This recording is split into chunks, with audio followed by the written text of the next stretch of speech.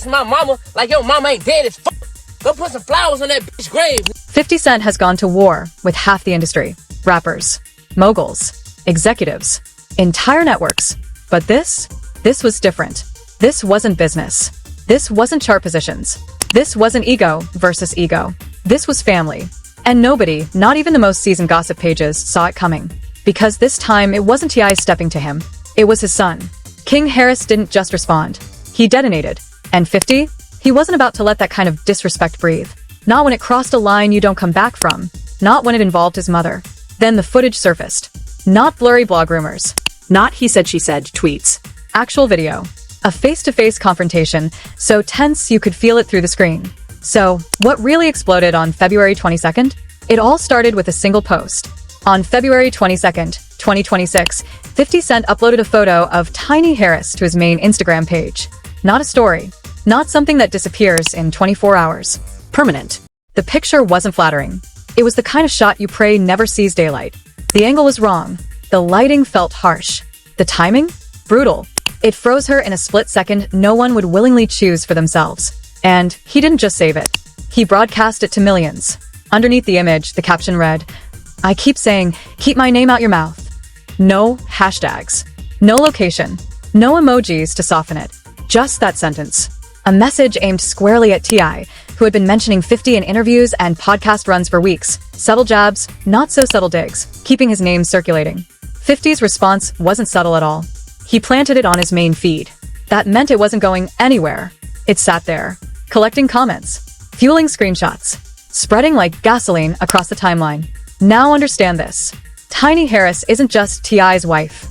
She's a founding member of Xscape. She's been in the industry for over 30 years. A singer, a songwriter, a mother, a grandmother. And through this entire back and forth between 50 and T.I., she had remained silent. No interviews, no tweets, no slick responses. She stayed out of it. And 50 used her image as the pressure point. That post didn't just poke at T.I. It struck the family. And within hours, King Harris, born in 2004, raised in cameras and controversy, saw it.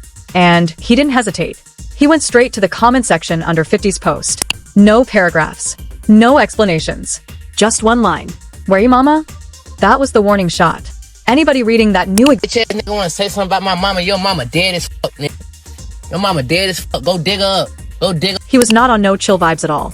He kept sliding through clip after clip, hammering the same point home. Post a picture of your motherfucking mama, nigga. She dead, nigga. Pay respect, nigga. Stop fucking playing with my mama, nigga. And he laid out exactly where he stood. In his eyes, 50 had zero room to be posting anything about Tiny when his own mama was in the ground. Posting my mama like your mama ain't dead as fuck. Go put some flowers on that bitch grave. Then King put Tiny on a pedestal and told 50 his family couldn't touch theirs when it came to respect. Posting my mama a motherfucking legend. Your mama a motherfucking J. He closed it out by saying he'd run that same energy face-to-face, no cap. On that do that bitch. You a hoe. I would say that shit to your face, nigga. Everything, the grave photo, the comment, the car rant, detonated within hours on the night of February 22nd, bleeding straight into the early minutes of February 23rd. And that was just the son holding the line. The father hadn't spoken yet, but he was already moving. While King's clips were racking up views by the second, T.I. wasn't typing. He was preparing. Because when you come from that era, you don't argue in comments. You respond on wax. While King Harris was going nuclear online, T.I. was driving somewhere else entirely, the studio.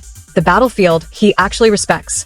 Late on February 22nd, stretching deep into February 23rd, he previewed a brand new diss record on Instagram. 30 to 60 seconds. That's all it took.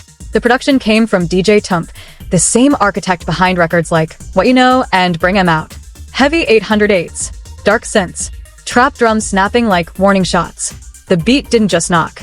It marched. It sounded like somebody strapping on armor. And that's exactly what it was. The caption read, "Oh, you want war? We on that." Had to write one this time. There was a duck emoji tucked in there too, subtle but not really. T.I. had already been calling 50 a duck in comment sections. This wasn't random. It was layered. It was intentional. And once bloggers got their hands on the snippet, the breakdown started immediately. Bar by bar. Line by line. T.I. wasn't just swinging, he was dissecting. He framed 50 as a keyboard gladiator. All thumbs, no pull-up. A man who thrives behind a screen but rarely steps into rooms without cameras and control. Then came the line that had both the streets and the suburbs rewinding. Small man in a big shell. That wasn't clever wordplay. That was a body shot. T.I. was reducing 50's entire larger-than-life persona to a costume. A massive exterior protecting something smaller underneath. Image over substance. And then he pivoted. He accused 50 of selective aggression, suggesting the smoke only ever seemed to rise toward black artists, while corporate execs and industry gatekeepers were met with silence. That angle shifted the conversation. Now, it wasn't just beef. It was hypocrisy. Then T.I. circled back to the root of this whole feud. Legacy. He reminded 50 they came from the same era. Same generation. Same trophies. Same tier. You ain't above nobody. That was the undertone. And when he mentioned the Verzoos that never happened, it felt like a receipt being slapped on the table. T.I. implied that 50 ducked the moment that would have forced a real comparison. Then came what many reaction channels called the coldest part of the preview. T.I. ran through 50's resume and stamped it mid. Talent? Mid. Looks? Mid. Relevance? Mid. Movement? Mid. It wasn't subtle. It was surgical humiliation. And then the haymaker. The DMX comparison. T.I. suggested 50 was packaged and marketed into the same gritty, street-hardened lane once occupied by DMX, but without the depth, the scars, the spiritual weight that made it authentic. All costume. No core. That line alone ignited debates across timelines. And just when the snippet felt like it had peaked, T.I. closed with a line that had everyone rewinding. "Thank you, Tyson. You ain't tough as my son." The Mike Tyson reference wasn't random. It invoked peak brutality, peak fearlessness. And then T.I. elevated his own son above 50 in that hierarchy. It was praise for King. And a slap to 50. Within hours, repost pages like Academics TV and The Shade Room blasted the snippet across millions of feeds. Every hip-hop blog picked it up. Reaction channels flooded YouTube. The algorithm was in overdrive. And 50's response? Predictable. He posted the sad Pepe Frog meme with a simple LOL. Unbothered. That's always the strategy. Laugh it off. Meme it down. Pretend it didn't sting. But whether he admitted it or not, the tone had shifted. T.I. had dragged this out of Instagram trolling and into the booth. King's explosion was emotional. Raw. Unfiltered. T.I.'s diss was calculated. Structured. Deliberate. One attacked the heart. The other attacked the ego, the catalog, the character. And all of it, the grave photo, the rant, the diss track, erupted within a 24-hour window between February 22nd and 23rd. None of it adds up. Not the post, not the tombstone, not the diss, unless you understand what had been simmering long before February 22nd ever arrived. Because this didn't start overnight. It started with a conversation. And like most hip-hop wars, it started with pride. To really understand why 50 Cent hit upload on that photo of Tiny, and why King Harris answered with a headstone, you have to rewind to the Verzoos talks. That's where the smoke was born. Years earlier in Los Angeles, according to T.I., he and 50 were in the same circles, meetings, television deals, film conversations. Two moguls from the same era, expanding their empires beyond music. They weren't enemies in that moment. They were building. Somewhere in those conversations, Verzoos came up. The cultural phenomenon that had legends standing across from each other, battling catalog for catalog. It was organic. It made sense. T.I. later explained the plan when he appeared on the $1 million worth of Game with Gilly the Kid and Wallow 267. According to Tip, the rollout was simple. He would issue the public challenge first, get the blogs buzzing, stir the culture. Then 50 would step in and co-sign it. Momentum secured. Nothing complicated, just smart promotion. So T.I. did his part. He went public. He called 50 out exactly how they had discussed. And then, according to him, 50 acted like the conversation had never happened. Played confused. Played detached. Like there was no handshake. No agreement. No plan. That's when it shifted. Because now it wasn't about a Verzoos battle falling through. It was about a man's word. T.I. felt like he'd been looked in the eye, given a nod of respect, and then left hanging when the cameras turned on. In his mind, that wasn't strategy. That was betrayal. And once he said it publicly, the dynamic changed forever. He wasn't just criticizing a missed opportunity. He was questioning 50's integrity. In hip-hop, once respect evaporates, the temperature rises fast. It stops being about streams. It becomes about ego, reputation, who folds first. And 50's response? Classic 50. Short. Petty. Surgical. He flooded Instagram with "keep my name out your mouth," usually followed by a shrug emoji, like he couldn't even be bothered to type a paragraph. Then he escalated. He started using the phrase "king rap." In street language, that's not playful. That's nuclear. He was implying snitch. T.I. didn't let that slide. He fired back in the comments, accusing 50 of playing with his name when, in his words, only one of them had real paperwork floating around.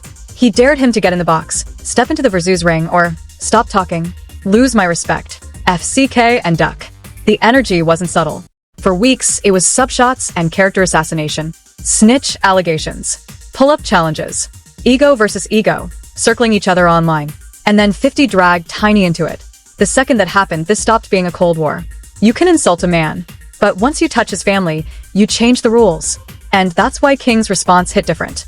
To understand why that headstone photo divided the internet right down the middle, some calling it savage, others calling it unforgivable, you have to understand the woman whose name was carved into that stone. The gas in her apartment was turned on. Whoever did it walked away. Authorities treated it as a suspected homicide from the beginning. The scene told its own story. But no one was ever arrested. No suspect was ever publicly named. No motive ever surfaced. More than 40 years later, the case remains cold. And every time he's been asked about it, whether by reporters at The Guardian, entertainment outlets like Contact Music, or during interviews with Oprah, 50 has repeated the same haunting sentence. Someone put something in her drink and turned the gas on. The details have never changed. Not once. After Sabrina was gone, 8-year-old Curtis Jackson was taken in by his maternal grandparents in the same South Jamaica neighborhood. His grandmother, Beulah Jackson, and his grandfather raised him in a crowded home packed with relatives, nearly 8 people under one roof. That house became his last piece of stability. The one person who held his entire world together was gone. And that loss never left him. He carries a tattoo on his right forearm that reads Sabrina, alongside the words Ghetto Angel. He's woven her memory into interviews, lyrics, and into his television work, especially in Power Book 3, Raising Cannon, a show deeply rooted in the kind of environment he grew up in. He once admitted, "After that, every time something went wrong, I'd think if my mother was here, it wouldn't be like that." That's the woman whose grave King Harris photographed. That's the weight behind that image. No matter who you side with in this feud, whether you think 50 crossed the line first or King went too far, that headstone carries history.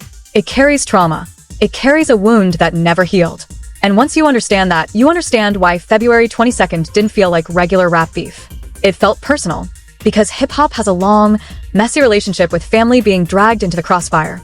And every time it happens, the culture splits in half over the same question. Where's the line? What unfolded between 50 Cent, T.I., and King Harris didn't break new ground in terms of tactics. The culture has seen this movie before. Sometimes it produces the most infamous moment of the entire war. Sometimes it produces the moment everyone collectively agrees someone went too far. The blueprint? Still Tupac Shakur and the Notorious B.I.G. In 1996, on Hit 'Em Up, Tupac told the world he had slept with Faith Evans, Biggie's wife, and delivered one of the most quoted diss lines in hip-hop history. That wasn't casual trash talk. That was psychological warfare. Going after your opponent's partner wasn't just disrespect. It was an attempt to publicly strip him of dignity in front of the entire culture. Then came 2001. Jay-Z dropped Super Ugly, and on that record, he alleged an intimate relationship with Nas's child's mother, Carmen Bryan, in graphic detail. He even referenced leaving condoms in places that hit below the belt. Years later, Carmen Bryan herself spoke publicly about how that situation unfolded, describing the fallout that rippled far beyond just 2 rappers trading bars. Because once family enters the frame, it's never just about lyrics. It's about humiliation, legacy, children who didn't sign up for any of it. And that's why this current situation feels so volatile. History shows what happens when pride, ego, and unresolved tension mix with personal trauma. Sometimes it ends in legendary music. Sometimes it ends in consequences no one can rewind. And right now, watching from the outside, the culture is holding its breath, waiting to see which path this one chooses. She went on to explain how Jay-Z's claims were off, emotionally charged, and ultimately backfired on him. And then there's the moment everyone from that era still remembers. Jay-Z's own mother called into the radio station and forced him to apologize live on air. Carmen later confirmed, privately through a mutual friend, that he regretted dropping that record at all. Fast forward to 2024, and the Drake vs. Kendrick Lamar saga took family involvement to an entirely new level. Drake's family connections were questioned. Kendrick's lyrics in Meet the Grams named Drake's son Adonis, his mother Sandra, and even hinted at a rumored hidden child. The message was clear. In the modern rap era, nothing is off limits once artists decide to go scorched earth. But there's a key distinction: going after someone's living family versus attacking someone's dead family. That's where King Harris's response enters an entirely different arena. Mentioning a deceased mother, a woman murdered when her son was just 8, whose killer was never caught, crosses a line that transcends rap, clout, and typical beef. In battle rap circles, referencing the dead has sparked fistfights on stage, and even led to entire events being shut down. Hip-hop's unspoken code has always treated the deceased, particularly parents taken violently, as sacred. You don't touch that territory unless you're prepared for real consequences. Did 50 Cent ignite all of this by posting Tiny? Absolutely. Many watching the feud agreed.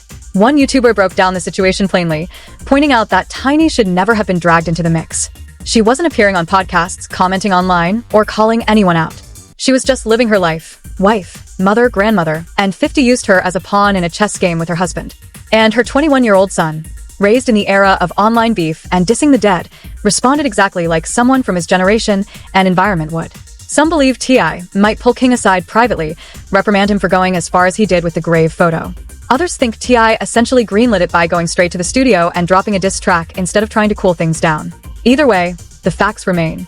This entire escalation traces back to One Versus conversation, a discussion meant to celebrate legendary catalogs and give fans an unforgettable show. Instead, it spiraled into a dead woman's grave on Instagram, a family embroiled in war with one of the industry's most powerful figures, and a diss track titled War that might just be the opening shot of something much larger. 50 Cent will likely keep posting memes, acting unbothered. T.I. may release the full War track across streaming platforms. King Harris might continue sliding into comments and Instagram stories. But by now, the damage is already done. No Versus battle, no matter how historic the catalogs, is worth the chaos this has unleashed. Drop your take in the comments. Thanks for watching. And if you enjoyed this video, click one of the boxes playing on your screen to watch more content like this.